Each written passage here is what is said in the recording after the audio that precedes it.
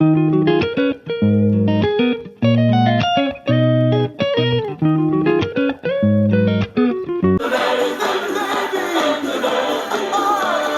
is a podcast sponsored by To Enlightening Research.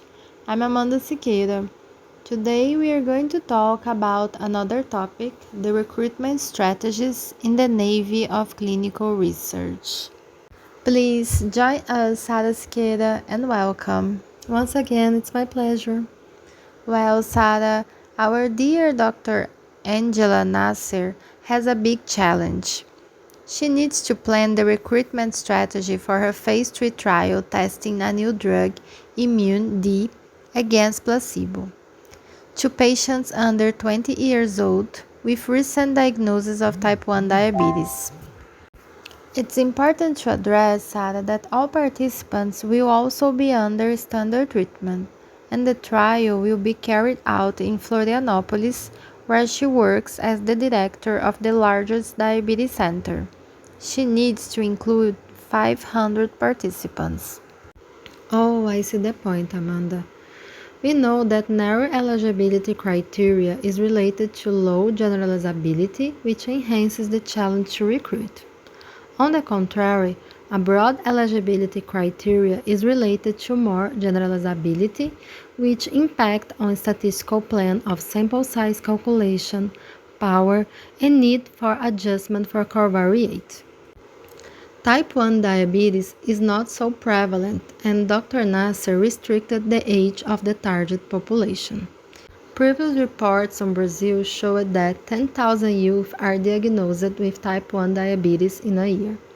In Florianopolis, the average is about 50 children diagnosed earlier in a city with approximately 1 million inhabitants.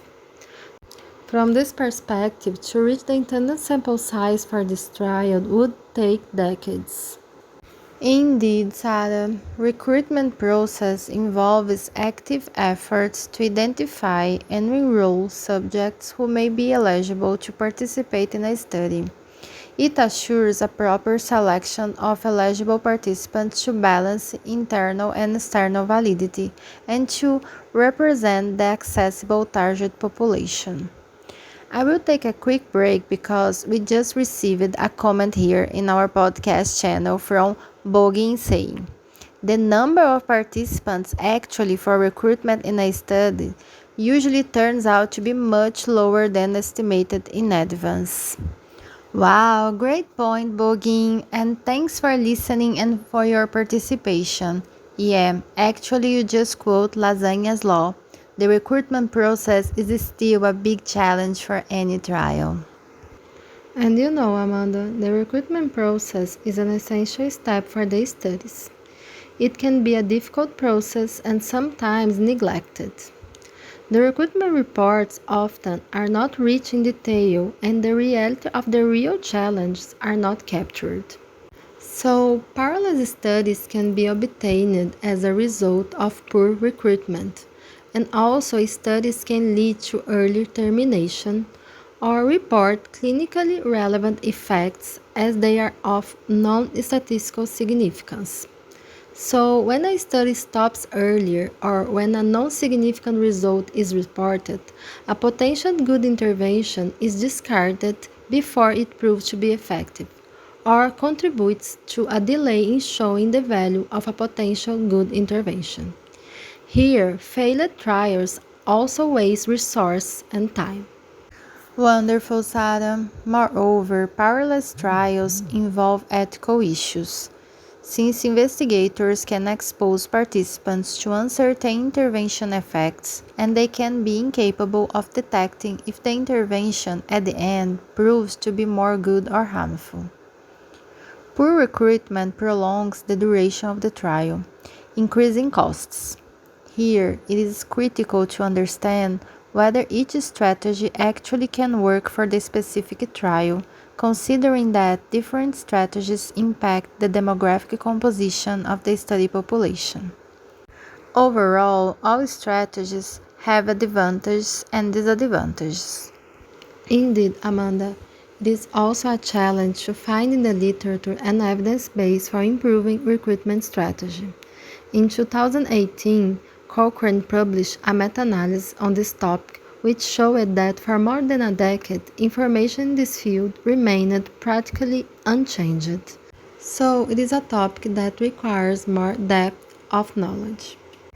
Let's take one more break, Sada, to read a comment from another listener. Bauer just texts, recruiting for science is not underpinned by a science for recruitment. Wow, perfect, Bauer. Thank you so much. Exactly, Bauer. For the Dr. Nasser trial, another important aspect is to consider the ethical issues involving children's and adolescents' participation in trials. Special attention and challenge to get the consent informed from parents or legal guardians. Likewise, it is necessary to take into account children's inherent vulnerability and psychological and physiological changes in adolescents during the ongoing trial. The role of the parents is crucial for recruitment and also for the participants' adherence when they are included. Here, as in any trial, it is fundamental to explain to the participants and parents or legal guardians the principles of clinical research. Many times, the recruitment process is not only difficult to find the target participant, but also to convince this participant to participate in the study.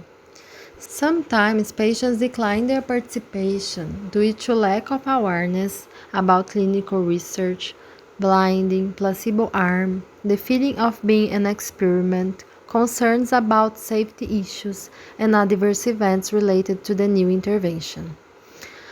Likewise, difficult to attend the study visit protocols. So, during application of consent-informed, investigators must explain the entire process, including potential benefits and adverse events, and a sense of trust must be created between the trialist and the participant. That's true, Sarah. Besides, for this trial, it's important to address that this period of new diagnosis in new participants is stressful, not only for the participants but also for parents, because it demands several important life changes to reduce risk of significant long-term morbidity, such as micro and macrovascular complications.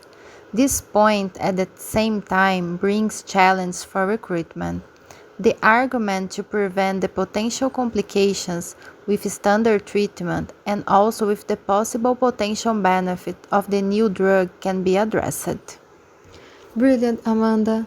Let's remember that previous phase 1 and 2 of Immunity reported that when it's taken in an earlier diagnosis phase, is linked to induced long-term remission, it ameliorates beta cell function, and it reduces the needs for insulin. Absolutely, Sarah. Now let's talk about the recruitment strategies that Dr. Nasser discussed.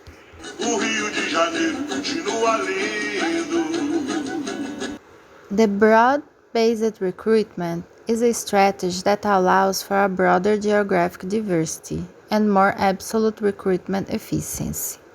It comprises the use of advertisements in the media, such as internet, TV, radio, printed materials, etc. Also, it is possible to call patients' attention to a clinical trial by delivering brochures in places often related to high concentration of people, for instance, parks, malls, and cultural events. Yeah, Amanda, important to highlight that some approaches can be expensive and the direct media advertising for a study subject also requires to follow regulatory agents and the approbation of an institutional review board to ensure that the strategies is being propagated in the way it is outlined in the consent and protocol, as well as it is not related to false promises. Advertisements for new interventions need to be addressed as new experimental interventions. Also, when it is intended to pay a participant, this information should not be emphasized, and the advertisement to recruit patients needs to inform what the future participants really need to know in order to decide their eligibility and interests. Some trials listing service often do not require and IRB approbation when limited to trials basic information, for example, title, objective of the study, protocol summary, basic eligibility criteria, study site place, site contact, and etc. Thus, for instance, after an advertisement strategy is approved, an existent clinical trial aiming to find participants like Dr. Nasser trials could also be propagated in our podcast channel, reaching several listeners that can propagate the information to other people.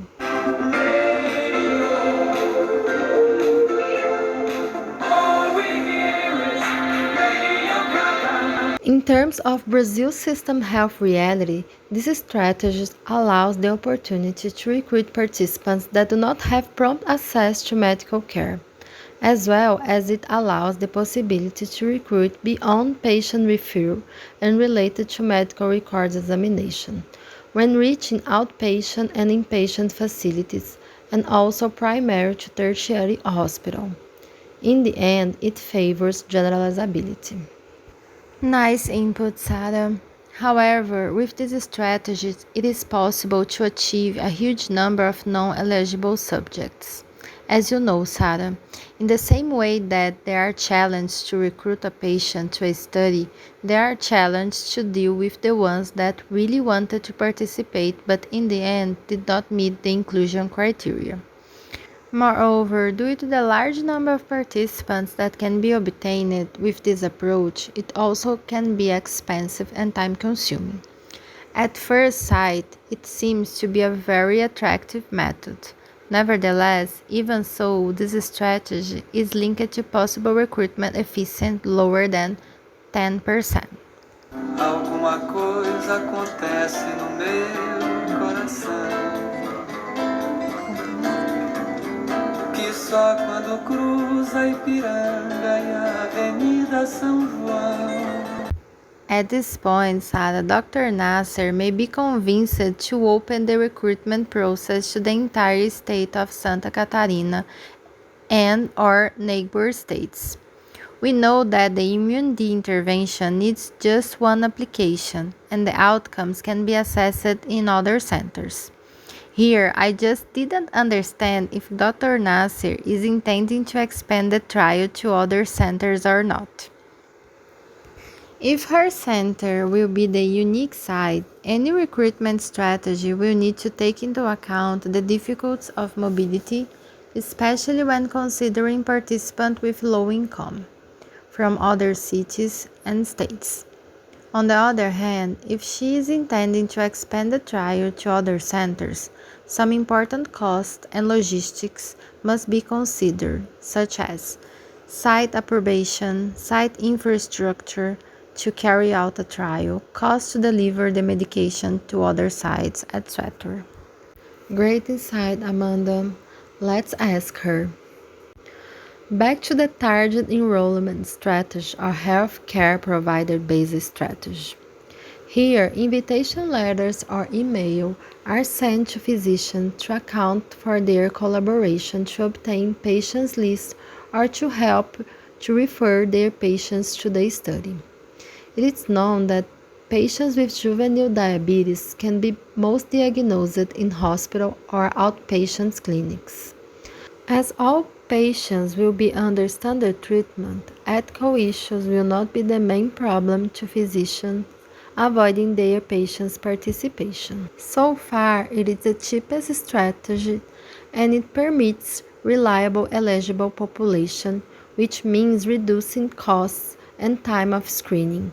However, a low patients referred by physicians may be expected depending on their commitment due to their availability, awareness of the importance of the trial, and etc. Right, Sada. Here it is imperative to have a strong network with physicians to encourage their patients to participate and increase the chance of referrals.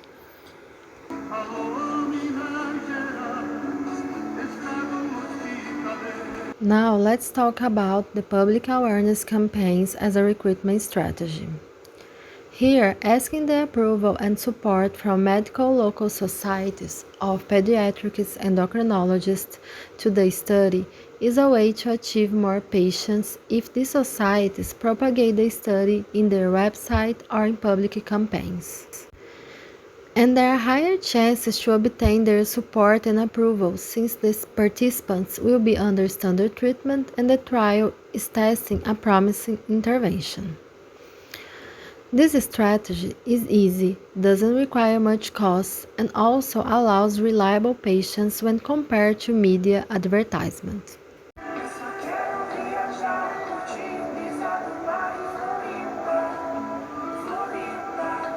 Very interesting.